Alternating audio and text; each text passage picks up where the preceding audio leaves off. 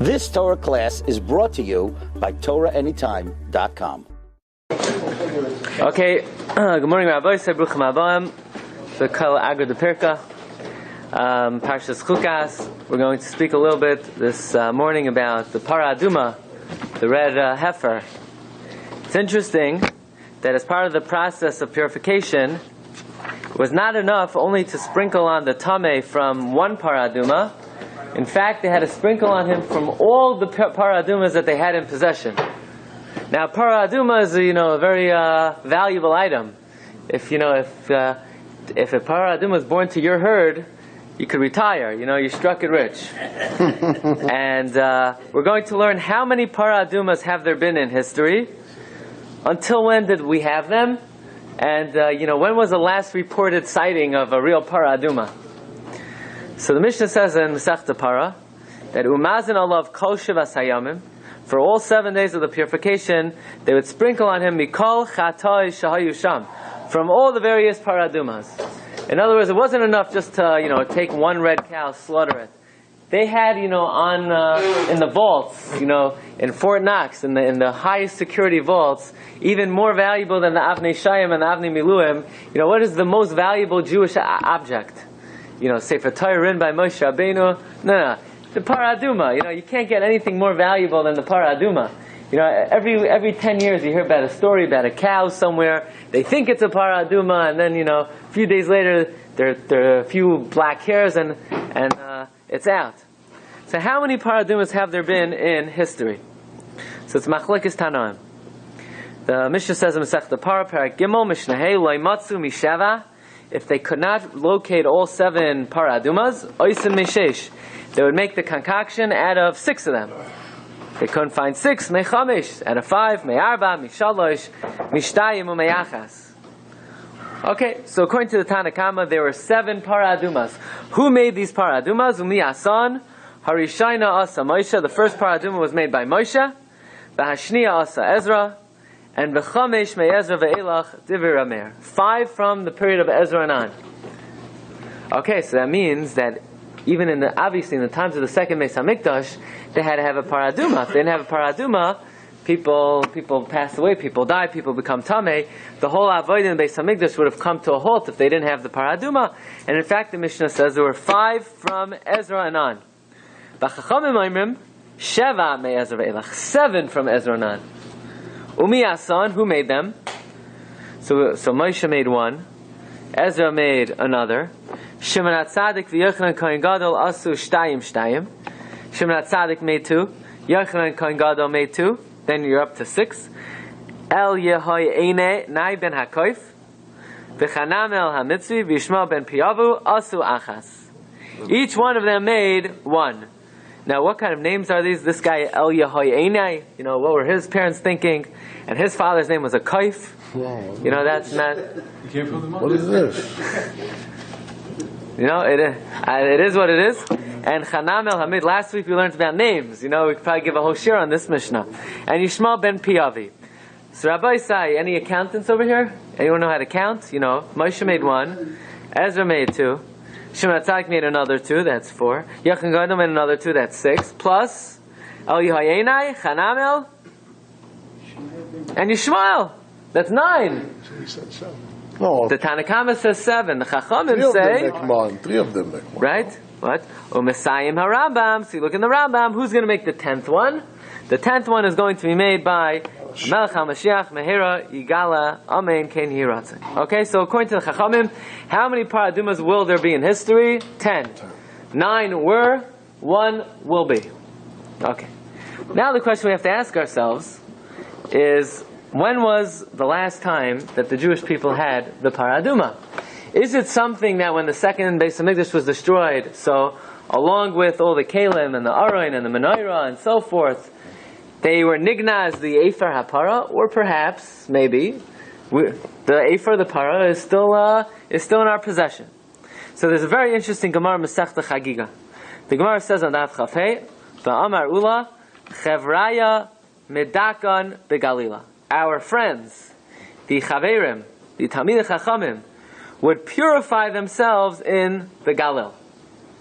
Now what does that mean they would purify themselves? They went to the mikvah. They didn't just go to the mikvah in the Galil, right? Even in Queens, there are people who go to the mikvah. So what does it mean? In the Galil, they purify themselves. Says the Mishnah Melech, he feels that this Gemara means that in the Galil, in the times of the Amoraim, they purified themselves from the Efer of the Parah Adumah. But what do you mean? Now that we're talking about Amoraim, this is after Churban Bayis. Now when was the second Beis HaMikdash destroyed? In what year? Either 68 CE, 70 CE, according to the Seder HaDoros, 168 CE, right? There are missing 100 years in the Jewish history that we don't know what to do with. Schwab has a whole article about it. But in any event, the Amoram were after the times of the second Beis HaMikdash. And yet the Gemara is saying in Masechta Chagiga, Chevraya Medakan Begalila, the Talmidei Chachamim purified themselves in the Galil. Furthermore, if you look in Bava Basra, there's a man by the name of Rabbi Binah. What did Rabbi Binah used to do? He used to be Mitzayin the Kvarim. You know, what does that mean to be Mitzayin the Kvarim? If they're a Kvarim, he would mark it off. Ask the Mishnah Melech, what's Rabbi Binah doing marking off the Kvarim? Who could care less where the Kvarim are? We're Tamei Meis anyway. Anyway, we're Tamei Meis. So if we're anywhere Tamei Meis, why do we need to know where the Kvarim are? To say, oh, Kaihanim. Yeah, but the Kaihanim are also Tamei Meis. Once you're Tamei, you can't be more Tamei. So you say, is that so? Nowadays, any Kaihanim over here? David, right? What's the halacha? A Kayin presumably is already a Tamei Meis. Is a Kayin allowed to be Matamei? Is a Kayin allowed to go to a Levaya? Is a Kayin allowed to go to a Beis Olam? No. The Rambam says no. The Rambam says, once you're Tamei, you still can't become more Tamei. In other words, there's no cap. It's not like, you've maxed out on Tumah and now you could, now there's no problem. Now walk around, bopping them on the head. No problem. Now, now you could do Shmi. No. There's no such thing as maxing out on Tumah. There's unlimited amount of Tumah you could contract. That's the Rambam's opinion. The Raiva disagrees. That's why you don't go. No, so according to the Rambam, we understand what Rabbi Noah was doing, marking off the Kvarim. But according to the Raiva holds, the words of the Raiva are, Eino chayiv ala Tumah. You're not chayiv on Tumah. So some say that just means that once you're Tamei, you're not going to get Malchus, if you're a Kayin, for becoming more Tamei. But others learn, the simple pshat of the Raiva is, once you're Tamei, you're allowed to go be Matamei further. The Raiva paskins, according to this reading, that a Kayin who's Tamei is allowed to go to a cemetery, he's allowed to, jump from one kever to the next, if he so chooses. He's allowed to go to Levias, according to the Raiva, because the Raiva says there's no such thing as maxing out on Tumah. So what exactly was Rabbi Binah doing, marking the Kfarim in the times of the Amoraim, but they're all Tamei Meisim? It must be, says the Mishnah Lamelech, that in the times of the Amoraim, they still had the ashes of the Parah Adumah. That's a very big chiddush. No Arayin, no Urim Atumim, no Beis HaMikdash, no Menorah, no Kohen Gadol, no nothing. But, yes, ashes of the Parah Adumah. Says the Mishnah Melech, look at number 5, Kasa Mishnah Melech, Shebizman ha'amoraim adayin haya lahem efer para. In the times of the Amoraim, they still had the dust, the ashes of the Parah Adumah. V'zacharni, says the Mishnah Melech, I remember sharayisi b'makam echad, I saw in one place, Dichshagalu lebavel, haylichu yimahem efer hapara. They brought with them the ashes of the Parah Adumah. That's an amazing thing. You can use it? Why not? Of course. Why not? They had it. So that means the Beis HaMikdash is destroyed. They took it to Bavel, and now they brought it back up to Eretz Yisrael, and the Amoraim in Eretz Yisrael, they're busy purifying themselves. Yeah. Not only that, ubir lefizeh mashmatzina beGemara bekam makaymais. We find the Gemara in many places. Shahamoram hayu mitzaynim esakvaras v'nei haKohanim. That the Amoram used to mark off the Kvarim because of Kohanim. Kagan Rabbeinu v'Chaverav. Ulachayra halay bisman haAmoram hayu kulam tmei meis. Ve'in aleim oid shum chiv tama. The times of the Amoram, they're all tamei. And they have no longer an obligation to make sure they don't become tamei. Again, this is according to the Shita of the Raivid. The Rambam says no, but according to the Raivid, what were these Amoram doing marking off the Kvarim? Elavadai shahaya lahem efer para. It must be Rabbi Isai. The Amoraim still had the ashes of the Parah Adumah. Ukefi shamatzina beGemara, like we find in the Gemara, Chevraya medakin beGalila. The Chaverim in the Galil purified their wine, purified their oil from menachos. Why? So you say, here you have these guys in the Galil, the Amaram in the Galil. They're making pure oil and pure wine. For what? You don't need pure wine for Dalet Kosas. You don't need pure oil for Chanukah. The answer is they purified it, Shema Yibane Beis HaMikdash, just in case the Beis HaMikdash would be built. Umikan Shahayu Tahirim Emes. We see from here that they were pure from Mesim. Ki Im Loikein Eich Yachlu L'Tar Yayin V'Shemen Elavadai Shenitaru Be'efer Parah Shahaya Bidem. So the Mishal Melech is saying an amazing historical chiddush that we would have said, when was the last time they had the Efer of the Parah Adumah? The second temple was destroyed. That's the end of the Parah Adumah. No! They still had some extra in their back pocket, and they used to use it to purify oil, to purify that wine. You could go to the store, you could get kedem, premium kedem. It costs at least 10 times the amount of regular wine, and this way, just in case the Beis HaMikdash would be built. But Rebbe, simple question. If everything was destroyed, how comes this was not destroyed? Everything was destroyed in the Beis HaMikdash. Why was this not destroyed? Why was this not destroyed? They kept it in the back pocket. This was the real thing. I'm not questioning. The Gemara is saying it, right? The Gemara, you're saying philosophically, why was this one of the things that was preserved? Yeah. Okay, maybe we'll explain a little bit. Maybe. What? Okay. Rabbi said, with this historical chiddush, the Maritz Chios, Rav Tzvi Hirsch Chios, answers a very famous stira in the Torah. And the Torah's question is like this. The Torah, in Hilchos Rosh Hashanah, we'll say it outside first and then we'll read it. The Torah cites the Yerushalmi that Rav Chia told Rav the following. If you could eat the whole year b'tahara, you should do so. But otherwise, at least eat 7 days a year b'tahara. What are the 7 days a year? The 7 days of the Aser Simei Tshuva. Why 7? Really, there are 10 days of Aser Simei Tshuva. So anyway, you have Rosh Hashanah, and you have Yom Kippur, that anyway, Rabbi Isai, Chayiv Adam L'Tar Atzmai B'Regal. Anyway, a person has to be pure on the Regal. And therefore, anyway, you're going to be pure on 2 days Rosh Hashanah. Anyway, you're going to be pure on Yom Kippur. So you're left with only 7 days of the Aser Simei Tshuva. And the Torah brings from the Yerushalmi that if possible, one should eat b'tahara 7 days a year. What's the problem with that? The problem is that in Hilchos Yom Kippur, the Torah cites the psak of Rav Sadia Gaon. Rav Sadia Gaon says that when you go to the mikvah on Erev Yom Kippur, right, even those people who don't go the whole year, at least Erev Yom Kippur you should go. In fact, Rav Sadia Gaon says it's so important to go to the mikvah on Erev Yom Kippur. You should make a bracha on the tefillah. You should say Asher Kedeshanu, it says the tzivanu lehatbil or al tefillas Erev Yom Kippur. Says the Torah in the name of the Rosh. No, you're going to make a bracha on this tefillah? This tefillah is not mentioned anywhere in Shas. Why should you make a bracha on the tefillah? But it does say in Shas, you have to purify yourself on the regel. Says the Torah, what the Gemara means is you have to use the ashes of the Parah Adumah. But nowadays we don't have the ashes of the Parah Adumah. So if we don't have the ashes of the Parah Adumah, then of course you're not going to make a bracha on the tefillah of Erev Yom Kippur. So the steer on the Torah is that when it comes to Yom Kippur, the Torah says you don't make a bracha on the tefillah because we don't have the ashes of the Parah Adumah. And by Hilchos Aser Simei Tshuva, he says that the Yerushalmi says you should eat b'tahara during the Aser Simei Tshuva. Why? What about Rosh Hashanah and Yom Kippur?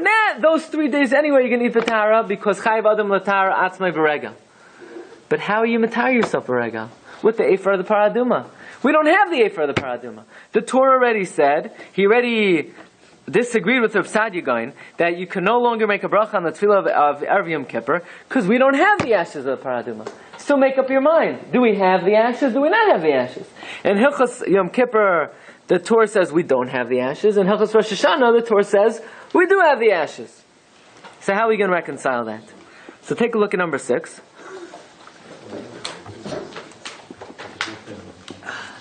So la'ar kfiyah ha'historasu, in light of this historical revelation, Yishev Hagoyin of Tzihar Chayos Mizalkeva ba'oifen nifla stira meforsames bein divrei haTorah b'Hilchos Rosh Hashanah le'divrei haTorah b'Hilchos Yom Kippurim. According to what we just said, The Maritz Chios answers a very difficult contradiction in the Torah. What's the contradiction?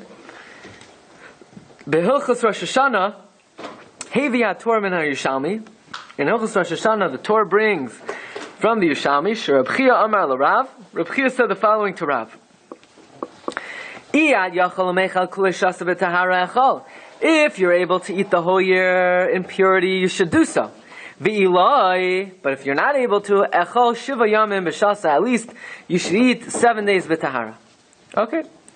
What are these 7 days? So HaTorah Kaisev Sheshama Me'avav Harash, the Torah writes that he heard in the name of his father, the Rosh, Ki Elu Heim Shiva Yamim Shabein Rosh Hashanah L'Yom HaKippurim. This refers to the 7 days between Rosh Hashanah and Yom Kippur. Umashakari Lahem Rab Chia Shiva Yamim. Why does he call it 7 days, if in reality it's 10 days? Af Shebapal Yesh Asar Yamim Mishum Shebarash Hashanah Memela Lo Hayatzarach Lasir Sheyacha B'Tahara. You don't have to tell someone not to eat b'tahara on your Rosh Hashanah. Shepshita Sheyacha B'Tahara. It's obvious you can eat impurity. Sharei Chayiv Adam L'Tahara Atzmei B'Regel. Because a person is obligated to purify himself on a regel. All you're left with is 7 days that you need to warn about. Ad kan midivrei haTorah behilchos Rosh Hashanah. So that's what the Torah says. The Torah says that you don't have to tell a guy eat 10 days b'tahara because Rosh Hashanah and Yom Kippur anyway you're going to eat b'tahara because chayiv adam l'tahar atzmei b'regel. By the way, the Shagas Aryeh asks, what do you mean chayiv adam l'tahar atzmei b'regel? Rosh Hashanah is not a regel. Yom Kippur is not a regel. It may not even be a mayed, but even it's machlokes if it's a mayed. But even if you want to say it's a mayed, it's certainly not a regel. You don't bring korban chagiga. You don't bring the shalmei re'iyah. So it's not a regel. But in any event, that's what the Torah says. The Torah says that you only have to tell a person about 7 days. The other 3 days you'll do anyway. What's the stira? Dekan tamu mefarshim rabim al divrei haTorah. And here, at this juncture, many mefarshim ask on the Torah, from that which the Torah himself brings in Hilchos Yom Kippur, he brings as hara'asa shel Rab Sadia Gaon. He brings the psak of Rab Sadia Gaon levarich ala tefillah be'erev Yom HaKippurim, to make a bracha on tefillas erev Yom Kippur. V'shamdacha haTorah b'shem harash es divrei Rab Sadia Gaon. And in Hilchos Yom Kippur, the Torah, in the name of the Rosh, rejects the psak of Rav Sadia. Shekin lo matzinu betalmud remez l'tefila zu. Nowhere in Shas do we find any allusion whatsoever to tefillah of Erev Yom Kippur. Rabbi Yitzchak said, Chayiv Adam l'tar atzmei b'regel. Masha Amar Rabbi Yitzchak, Chayiv Adam l'tar atzmei b'regel. Hainu b'hazav eifar para. What Rabbi Yitzchak meant was, use the ashes of the Parah Adumah. Nowadays we don't have it. So it's mamish stira from one to the other. Because in Hilchos Rosh Hashanah, the Torah says we don't have to tell people to eat the tahara on Rosh Hashanah, because anyway they're going to do it because chayiv adum tahara atzmei b'regel. And in Hilchos Yom Kippur, the Torah says in the name of the Rosh that it's no longer possible to be matahara atzmei b'regel. So how do we reconcile this? So the Bach wants to answer simply that you don't make a bracha on the tefillah. Why? Because at the end of the day, you can't purify yourselves from all tefillah, from all tumah. Right? If you would try to purify yourselves on Erev Yom Kippur from all types of tumah, you couldn't do it. Why couldn't you do it? You could purify yourselves from tumas keri, but you can't purify yourselves from tumas meis. That no longer is possible. But there is still an obligation to purify yourself as much as possible. So that is why by Rosh Hashanah the Torah says that anyway a person would purify himself as much as possible. Says the Maritz Chios, a very pashut answer. In Hilchos Yom Kippur the Torah is talking about the psak of Rav Sadia Gaon. Rav Sadia Gaon says you should make a bracha on the tefillah. So in the times of Rav Sadia Gaon, should you make a bracha on the tefillah? Of course not. Because how are you going to be taiva? You're going to be taiva? We don't have the Efer of the Parah Adumah anymore. Nowadays, we no longer have the Efer of the Parah Adumah. Right? In the times of Rav Sadia Gaon, they had the Efer of the Parah Adumah? Of course not. Rav Sadia Gaon was well after the Amorah, and by that time, they no longer had the Efer of the Parah Adumah. But the Torah in Hilchos Rosh Hashanah is quoting Reb Chia. He's quoting the Yerushalmi. In the times of the Talmud Yerushalmi, of course they had the Efer, the Parah Adumah, according to what the Mishnah Melech is saying. So in the times of the Yerushalmi, it was not necessary to tell a person to eat all 10 days with Tahara, because anyway they're going to be eating with Tahara on Rosh Hashanah and Yom Kippur. Okay, that's how the Maretz Chios answers up the stira in the Torah. Okay, very interesting. And by the way, this Maretz Chios is found also in Masechta Chagiga, Daf Chaf Hei Amud Aleph, you have on your sheets. Okay, so far we've quoted the opinion of the Mishnah Melech. Where's the Mishnah Melech? Mishnah Melech is one of the main commentaries on the Rambam. You have the Kesef Mishnah, there's the Yosef, you have the Maggid Mishnah, and the Mishnah Melech. Mishnah Melech also wrote a very interesting sefer called the Parshas Drachim. That's from the author of the Mishnah Melech. Okay. We should just realize that this opinion of the Mishnah Melech is not universally accepted, because there's a Medrash, and the Medrash Lekach Tov, he brings down from Rabbi Yochanan that Amar Rabbi Yochanan Miyom Shechara Beis Hamikdash Ein Tara Mimeis. The day the Beis Hamikdash was destroyed, you become Tamei Meis. There's no way out. Lefi she'ein lanu efer hapara lahazos. We no longer have the ashes of the Parah Adumah. So obviously this is against what the Mishnah Melech is being medayik from the Gemara in Chagiga.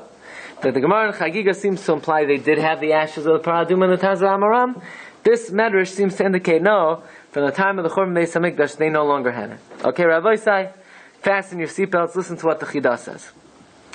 Chidah says, how is it that it used to be in the times of the Tanoim, Amoraim, they were able to reach such high levels? You know, we have a tradition that anyone whose name is mentioned in the Gemara, they could be Mechayim Esim.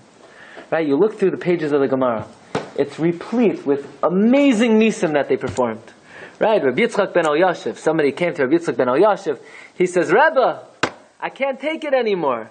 You know, I look at my wedding pictures, my wife used to be beautiful 70 years ago, but now, forget it. You know, she doesn't look the same anymore. So he said, what's your wife's name? Chana. Says Rabbi Yitzchak ben Elyashiv, Chana Tisyapi, Chana should be beautiful. So he says, comes back the next day, Rebbe, I don't know what to do. Now my wife's beautiful again. She wants my credit cards. She wants to buy new clothing, and I can't afford it anymore. So he said, no, Chana should go back to her old ways, you know. Chana should be, go back to her plainness. Then, the next day he comes to his Rebbe, he says, Rebbe, my brother-in-laws, they're very, very wealthy, they're putting a lot of pressure on me, I have to go to these fancy dinners, I can't live up to it, I can't take it anymore. So the Rebbe says, no problem, they should become poor. The next day he comes back to his Rebbe, Rebbe, they're collecting money from me, I can't take it anymore. They should become rich. There's a story about Amoram. They went away to the yeshiva for 12 years. The wife is waiting for them. He comes back. The wife is waiting. She's waiting in her deathbed. She's been dead for the last 10 years. He says, Oy vey! She's been waiting me? She comes back to life. No problem. Another story. The Gemara says about an Amoira. He went away to learn. By the time he came back, his wife was already, his wife wasn't able to have children anymore. So he said, you know, no problem. You know, he corrected it. I mean, we're talking about big people. The Amoram, they're amazing. And today, I don't care who you are, you could lock yourself up in a closet for 24 years with the Zohar and Kisvei Arizal. You'll come out, you know, you're not going to be doing these things, you know. You'll be lucky if you still have your sanity. You're lucky if you're still normal. But how is it that it used to be that people were able to reach such high levels in Ruchnias and spirituality and Tahara, Kedusha, and nowadays, you know, even the best of the best, they don't hold a candle to the earlier generations. What's the main thing? Is it that the earlier generations were smarter than us? Was it that they learned better than us? What was it? What was it? You know, they had better food? What was it? Says the Chidah. You're saying that the Mukablim that we have today aren't... No, I'm not saying that. You can look at Rabbi Yaakov Hillel. Rabbi Yaakov Hillel says, you know, if you need a bracha, you go to a Talmud Chacham. You don't go to Mukabel. Why? He says very simple. You know, it's like a difference between a guy with a fever and a guy with a stomach ache. Guy with a what? Stomach ache. Why? A guy who claims he has fever, so what do? You stick in the thermometer, you see he has 102. If he has 98.6, you know he's lying. A guy who claims he has a stomach ache, No. how do you know? Hey, there's no barometer of a stomach ache. He's in pain. Ooh, right? In third grade also, yeah, everyone used to go, ooh, and the Rebbe used to say, who has a stomach ache? So a guy is a Talmud Chacham. You say you're Talmud Chacham, what does Taisa say in Chagiga Chaf Ham and Aleph? But a guy who claims he's a Makubal, there's no way to know. There's no way to know. Rabbi Yaakov Hillel says you need a bracha. The Gemara says nowhere you should go to Mekubalim. Rabbi Yaakov Hillel says many, many, many of them, that's an understatement, are frauds. That's what he says. He has a whole sefer called Tamim Tia, where he brings many very strong admonitions against people going to Mekubalim. But Mirz Hashem, we'd like to have a share on that, Parshas Shoftim, on Tamim Tia. The Gemara says, Yelecha Itzal Chacham. The Gemara doesn't say, Yelecha Itzal Mekubal. Nowhere, right? We don't find that anywhere. He's a mukubal from a Talmud Chacham.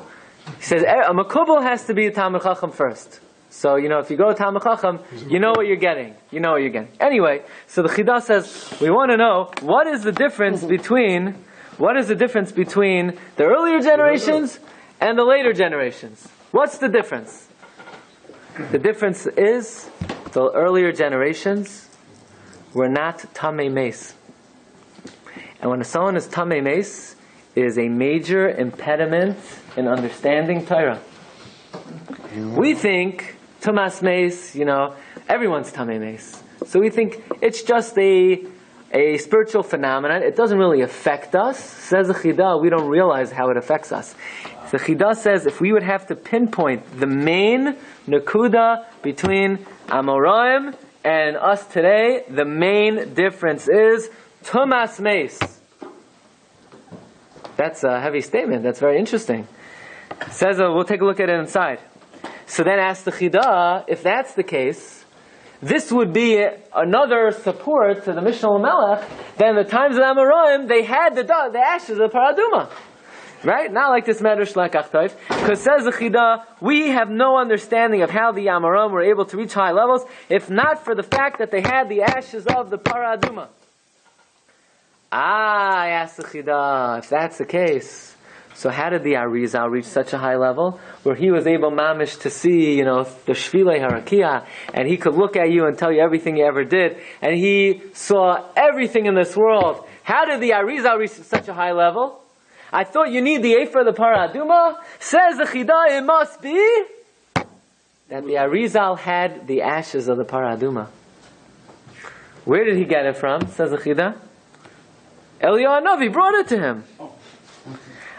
Says the Chidah, I never saw this in print, and I have no evidence to this. Libi Omer Li, my heart tells me that this must have been the case. Otherwise, we have no comprehension of how the Arizal was able to scale the heights of the heavens. So, if you'd have asked most people, how did the Arizal reach such a high level? He went into isolation, and he went to the mikvah 1,000 times, and I don't know, he said Tehillim backward. I don't know. What did he do? Right? No. There is a certain concept that Tumas Meis is a certain impediment to our perception of Torah. Now, unfortunately, because of the circumstances that we're in today, we're all limited. But it's important understanding. Take a look at the Chidah. Chidah says like this. Efer Parah Hayal Amoram. Chidah in the Medber Kedemais, he says the first thing you got to know is that the Amoram had the ashes of Parah Adumah. Kamasha Kasav Harishonim. What's the proof? Because it says Chavraya Medakin Begalil. The Talmidei Chachamim purify themselves in the Galil. And who brings this? The Mishnah Lamelech. But even though Rabbi said the Mishnah Lamelech was an Achroin, he's quoting from Rishonim, namely the Sefer HaTshumos. Okay? Uvazeh Yavai Leklal Yishuv. Now we can understand. Masha Kasav Yushalmi.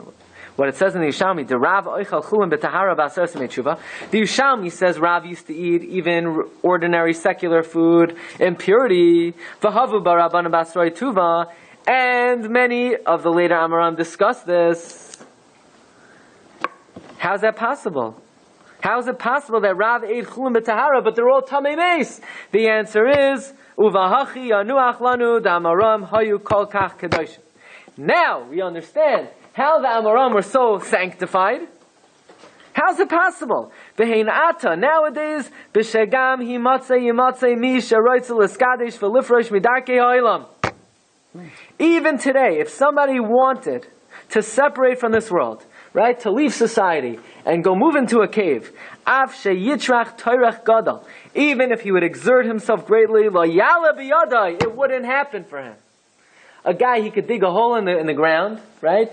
And he could go down there in the grave into some pit, and we bring him down Svarim, we'll give him down Shas, Yushalmi, Bavli, Sifra, Sifri, Zoyar, Kisvei, Arizal, right? Mishnas Chasidim, we give him all the books, right? He would come back up, and he'd be the same guy basically. Why? Ki ha'tumois chadashos gam yeshanos, because our new tuma, our old tuma, asher anachnu v'avaseinu bam, that we and our fathers and our grandfathers, that we've been soiled with, heim be'ochrenu. They cloud us. They cause us trouble. Ki ha'tahara me'akeves. Purity is very important when it comes to Torah. Uv'chol toirach v'koishi, and with all one's effort and all one's difficulty, loimaski ela kedamasik tala.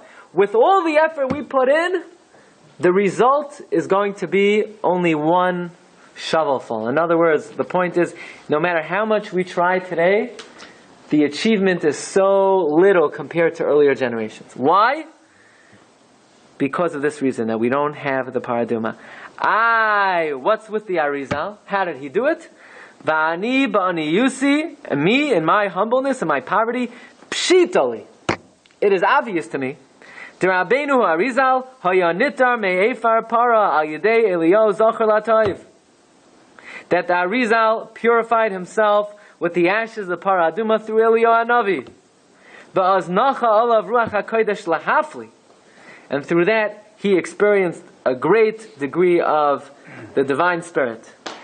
Says the Chidah, where did I see this? Did I see this in the Gemara? Did I see, in the legends of the Arizal, that Arizal spoke to Eliyahu, and Eliyahu gave him the bottle of Ephar Parah? No.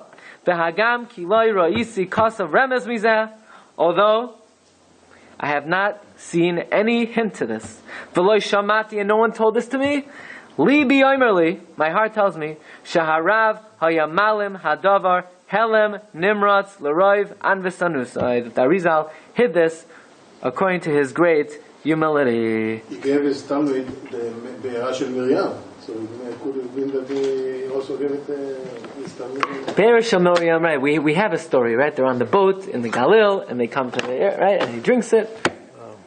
But it doesn't say anywhere in, Nifloi so Arizal, that the Arizal used the Ephar. Says the Chidah, no one told me. But according to the way that I understand things, it's impossible that he didn't have it. So, however, let's add one point. In the Parsha Parah Adumah, it ends off, Zois HaTorah, Adam Kiyamos Ba'ayal. Right? Kol haba el ha'ayal, chashar ba'ayal, yitzma shivas yam. And the Gemara Darshans, Amar Reish Lakish, Zois HaTorah, Adam Kiyamos Ba'ayal, Ein Divrei Torah Niknis, Ela B'mi, Shemeimis Atzma Yolah. That Torah is only acquired by those who kill themselves over it. Right? So what does that mean, they kill themselves over it? It's all you mean, you're learning and you're thirsty, so you give the extra exertion, you're being mamous yourself a little bit, right? You're removing yourself from your earthly desires. What does that have to do with the Parah Adumah?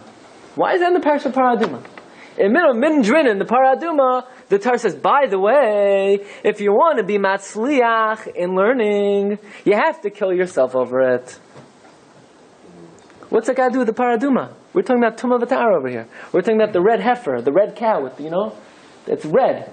Right? It says mu. Why are we telling me about how to learn Torah? Should be Meimis Atzmei Olam. Says the Shevet HaLevi, Rabbi Shmuel Levi Vazner. You know why the Torah is telling me this?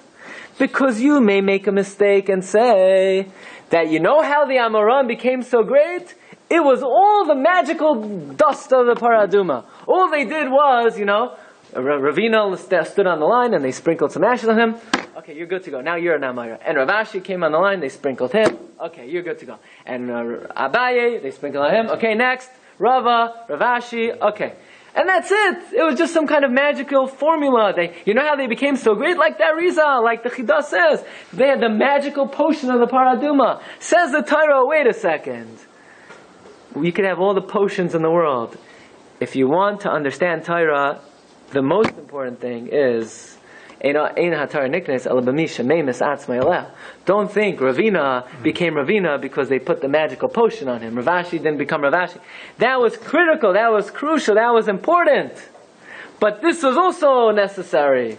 In other words, don't think that the Arizal, just one day he went into some booth and Eliyahu came and said, I finally got it for you, and the Arizal became the Arizal. No. That's what Rav Vosner says. Perhaps we could also say that the Torah is telling us that with all the ashes of the Parah Adumah, and with all the benefits that a person gets from the ashes of the Parah Adumah, in the eyes of the Ribbon Shalom, he could care less whether you have the ashes of the Parah Adumah or you don't have the ashes of the Parah Adumah. In the eyes of the Ribbon Shalom, Hashem is looking for one thing. Zois HaTorah. Bottom line is, we don't have the ashes of the Parah Adumah anymore. So what are we supposed to do? Hashem says, you don't need the ashes. In my eyes, the most important thing is Adam Kiyamos Ba'ayal. Is the amelus, is the effort. So you're not going to achieve the levels of the Arizal and Rabbi Avo and Rabbi Yonah and all the Amoram. That's not important. You can't do it. We're nenas. But the yikr is Zois HaTorah. This is the important thing. Adam Kiyamos Ba'ayha. Okay. Rabbi Sai. So far, the last reported sighting of the ashes of the Parah Adumah, the Mishnah Melech says in the times of the Amoram, the Chidah says was the Arizal. However, we'll just conclude this. The Chidah doesn't say he actually saw it. No, So it's he's not the point. He's just saying Libi Omerli. His heart tells him. There are a number of legends as to later reports and sightings of the ashes of Parah Adumah. You have over here on your sheet in number 10, the Divrei Yecheskel, the Rebbe Mishinova. When he traveled to Eretz Yisrael, it's reported that he was traveling and he sort of lost himself in one of the mountains for an hour. And when they told Rav Shmuel Heller, the Rav of Tzfas, he says, what are you wondering? We have a Kabbalah that in that mountain are the ashes of the Parah Adumah. So, don't question what he was doing, walking around that mountain. We have a tradition. We're in a certain mountain near Tzfat. Rav Shmuel Heller writes, again, this is just, it is what it is. This is what it says. That they had a tradition that in one of the mountains rested the ashes of the Parah Adumah. And there's another story in the Sefer Todos Chachmei Yerushalayim that the Ziknei Yerushalayim related, that Rav Nachum Mendel Mishkalov, who was a student of the Gra, right? He wrote what? The Pas HaShulchan. And he wrote that if anybody wants to know where the ashes of the Parah Adumah are, he'll be very glad to show them. So, Rav Nachum Mendel Mishkalov is not with us anymore. But if he would be here, you could ask him, and he would be very happy to show you. But let's just end off. We'll end up with one more thing, okay? The Rambam says at the end of Hilchos Mikvais. How long ago was this? Nachum Mendel Mishkalov. 120 years. We just learn. A person has to. Okay, one last thing. The Rambam says like this. The Rambam says that we know there's two types of tahara. There's tahara of a mikvah. The tahara of a mikvah purifies you on the outside. It purifies your body. It purifies your guf. The Rambam says like this. The same way, someone who purifies his body, in one moment he's tamei, and a second he jumps into the mikvah. The moment he jumps into the mikvah, he's tahar. The moment he jumps into the mikvah, he's tahar. Says the Rambam in Hilchos Avelos, Parak Yud Aleph, Halacha Yud Beis. He says, V'af al pi shaloi nischadesh begufay davar hamachavein liboy letaher nafshay. Someone who has in mind to be metaher himself, mitumas hanafashos, from the tumah of his nefesh.